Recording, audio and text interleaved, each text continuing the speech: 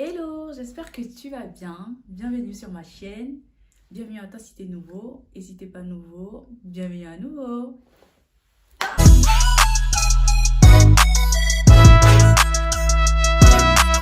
Aujourd'hui, on va parler d'un sujet très important. C'est un sujet de droit social et ça concerne les allocations familiales.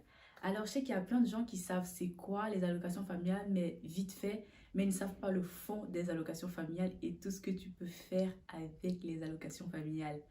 Déjà, il faut savoir que les allocations familiales, c'est de l'argent que l'État attribue à un allocataire. Et un allocataire, c'est une personne qui reçoit les allocations familiales. Logique.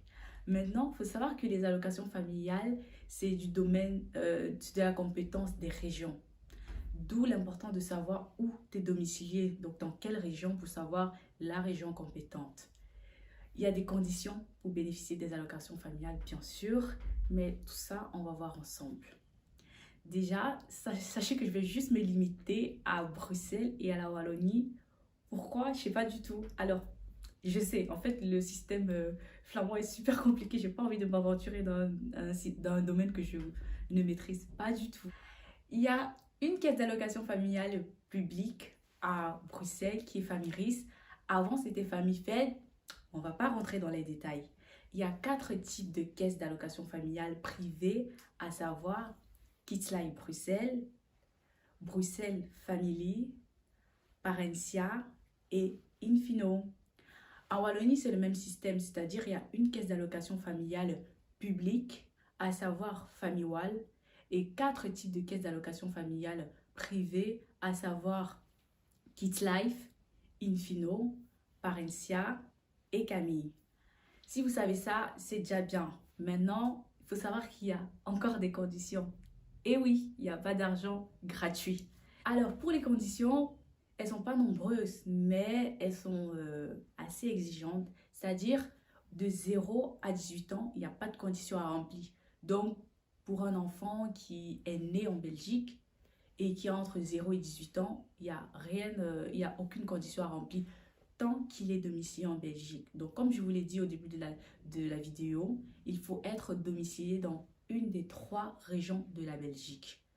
Ensuite, de 18 à 24 ans, il y a 3 conditions. Il faut soit être étudiant, soit être dans un stage professionnel, soit faire une formation interprofessionnelle.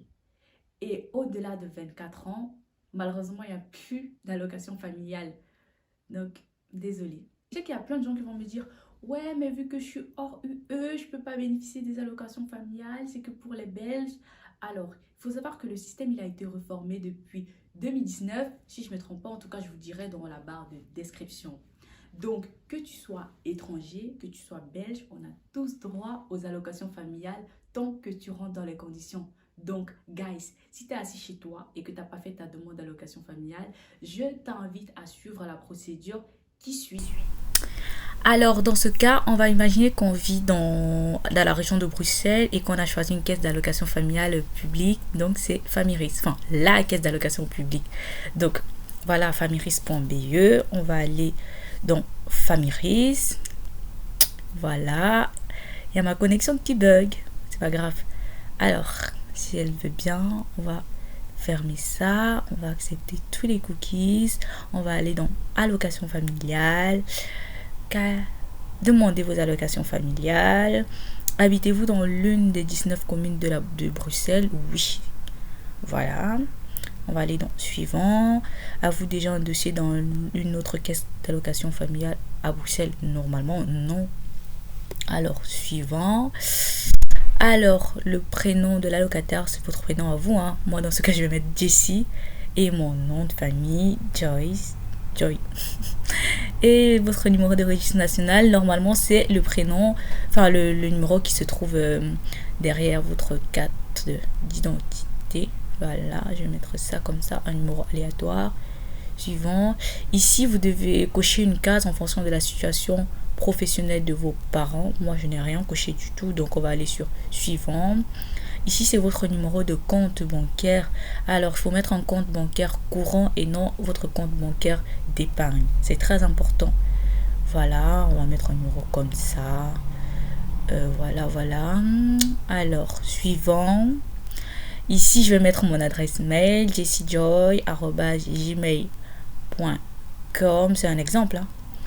Mon numéro de téléphone. Alors, vous mettez votre numéro de téléphone à vous. Voilà, j'ai mis un numéro comme ça. Voilà, voilà. Ici, il n'y a aucune information à rajouter, donc on va mettre aucune.